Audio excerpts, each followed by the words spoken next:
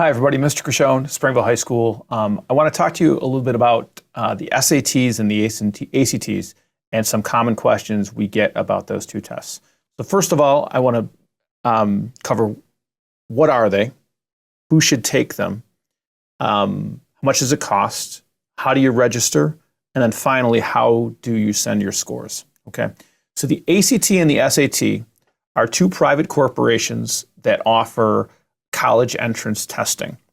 Now, these have been around for a long, long time. They're two competing private entities that do this.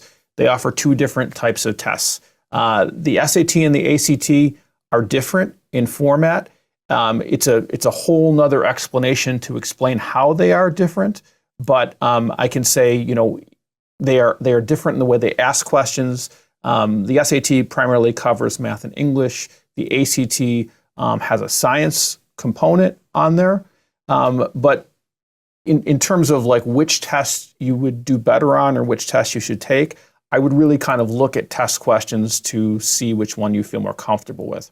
But to surmise, they are both private companies that offer college entrance testing that you can register for. Now, who should take these? That is a challenging question post-COVID. Okay? It used to be that if you were looking at a four-year college, most of them required either an SAT or an ACT to apply. And in some cases, students would just submit both, and the college would look at which one you comparatively did better on. Okay. In a world that is getting back to normal after COVID, things have changed a lot. There are over 3,500 colleges in the College Board web-based. If you look, there are over 200 colleges that are listed under New York. Every single one of them do this a little differently. So I'm going to try to describe to you how you'd figure out if this was something that you'd need to take. Basically, you got to look at the college's admission policies. And the best source for that info is usually their website. So let me try and share with you, just to try to share a sample college for this kind of thing. This is Canisius in Buffalo. If I wanted to see how Canisius felt about SATs or ACTs, I would go over here to their admission page. And again, this is Canisius's version of a website. Every college is a bit different with this stuff. So sometimes you got to poke around or use the search bar or something. So I'd hit up the admissions piece. I'm looking for undergraduate admissions. That's the first 4 years. And they're going to give some things about how they process stuff. Here's something about testing. So I'm going to dig there. So I'm making this video in spring of 2023. Mentioned something here about fall 2023. First year undergrads, Canisius is test optional and it will not require standardized test scores. So this is something, as the world gets back to normal after COVID, that we're seeing more and more, is that test optional means you can submit the test scores if you think that they're going to help you, or you don't have to submit the test scores. In some cases, a student, if they score quite well in these tests, it will help them towards admissions. In other cases, if your student isn't as strong a test taker, that may not be the case. Okay, but something that gets a bit more foggy, and this is really why I'd want to direct people to a college website, is if you look down here, it says Canisius for fall 2024, Canisius will not require standardized admission testing as part of admissions or for merit-based scholarship decisions.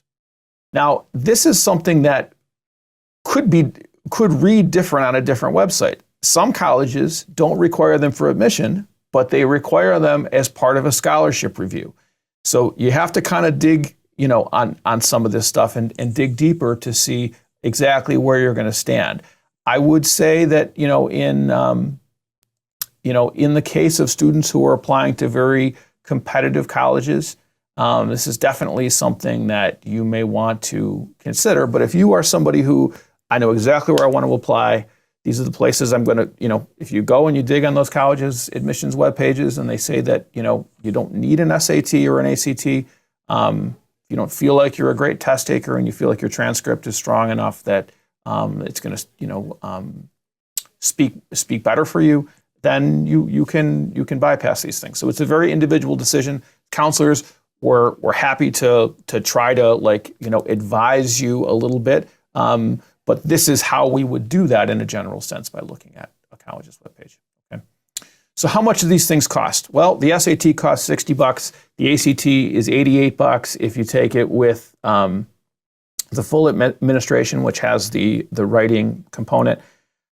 Colleges for the ACT are a little split on whether you need the writing component or not. I always tell my students, when in doubt, take it with the writing component, because you'd hate to have taken the test and then not done that component and have to go back and spend another $88 afterwards to do this.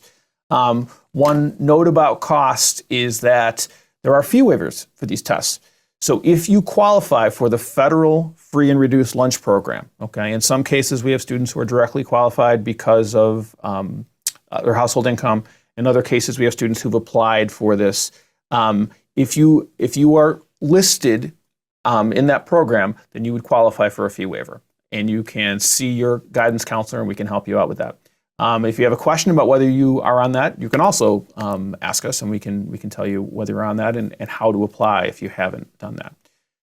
How do you register for these tests? How do you go about doing that? Well, you register directly with the ACT or the SAT website. And I will show you, if I share my screen here again. Let's see.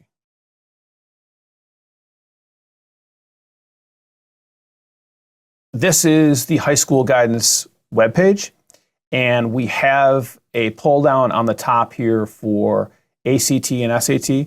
On each of these, we're going to give a link to what that particular test's homepage and some other information about it.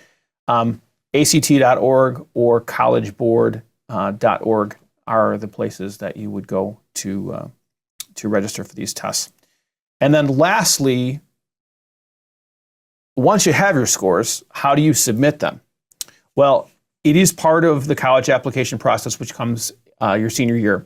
But again, much like I said for earlier on, 3,500 different colleges, everyone's a little bit different.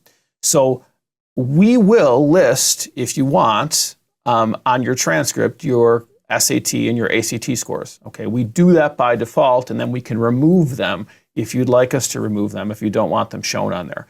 Many colleges, but not all, will accept those scores just listed on your high school transcript. Some will require that you have them sent directly from the ACT or the SAT themselves. And to do that, there is a cost. Now, when you register for the ACT or the SAT, they will give you 4 freebies. In other words, it's going to ask you when you register for those tests, when you register for one of those tests, where would you like to have your scores sent? So I usually tell kids, take your best guess. If you know of 4 colleges you're definitely going to be applying to, you're going to get 4 for free. If you don't end up applying there, the worst thing that happens is those scores sit in a database there and they don't ever get used. But you get 4 free sends with your registration for an SAT or an ACT. And then after the fact, there is a cost for that. One thing I did fail to mention is deadlines for registration. They typically come 5 to 6 weeks prior to the test. So Springville High School traditionally has offered the SAT on the first Saturday in May. Deadline would be 6 weeks prior to that. ACTs, there's an ACT generally in the April of every school year. In June, there also is one, I believe, in July, and in October and December. SATs in the fall, there is a September and October and November and December. Okay, you can take the same test more than once, and often students who are really trying to figure out which test they do better on would take both an SAT or an ACT in the springtime and then target whatever test they tended to do better on for a retake in the fall. Now, the way that would work is many colleges will allow you to do what they call super score your test. Now, not all of them, okay? Kind of like I said before, every college is a little different, but many will let you super score a test. So in the SAT, for example, there's a math component, there's a reading component. If you did better on the math in the springtime, and then you did better on the reading component in the fall, when you submit both of those scores to the College Board, they could possibly combine those for a super score for your application. Again, not every college. Some will only take your best test date, but that is something that is fairly common with colleges that allow you to do, and that's why students will retake those tests. I think that's about it. If you have any questions, please contact your counselor in the high school guidance office. All right, thank you.